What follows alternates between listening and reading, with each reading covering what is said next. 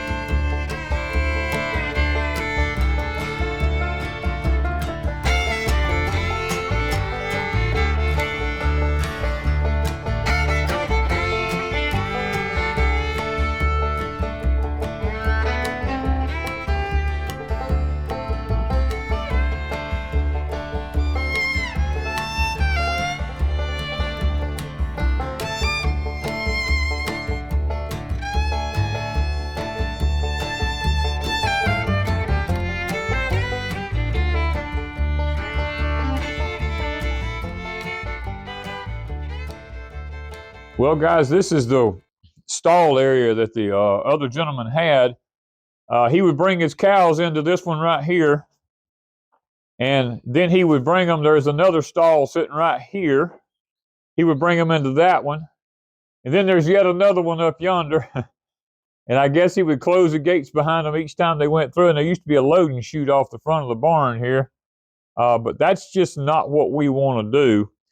We want to turn the very front stall up there where all the bricks are stacked into a tack room or a feed room with a front door coming into the barn. We want this one for calves. We want this one for calves. And we're going to put a pipe system back here, kind of like we have over at Deep South Homestead, and make it work like a creep feeder so only certain size calves can come through it to get in here and get away from the big cows.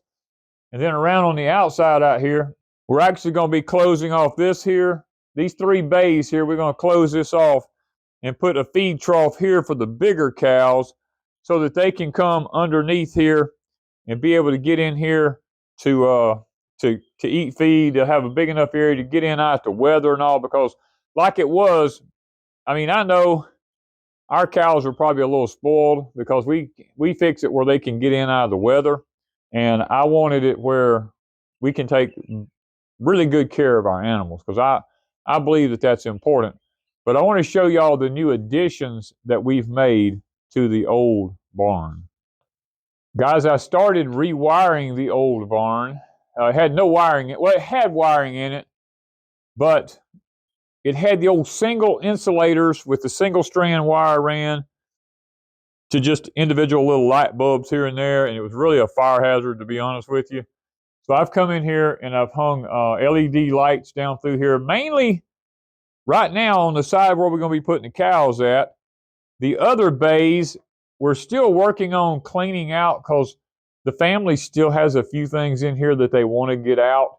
And I really need to get some of that stuff out of here where I've got room to get on ladders and to finish doing the wiring. And I have wired some plug-ins over here so that I can run my compressor right here and stuff like that to be able to use a nail gun to do this a lot faster. So that's where we're at with the wiring. We still have 2 more bays to go as far as wiring is concerned. The barn actually has a loft up above it up here. We'll be storing lumber and stuff like that up there to get it out of the way down here. And I will be wiring that at some point, but the family still has a few things in there they want to get out, and we're just trying to give them time to get the things out that they want out of here. Okay, guys, we've added, these are 3 10-foot bays and 1 12-foot bay across the back of the barn here.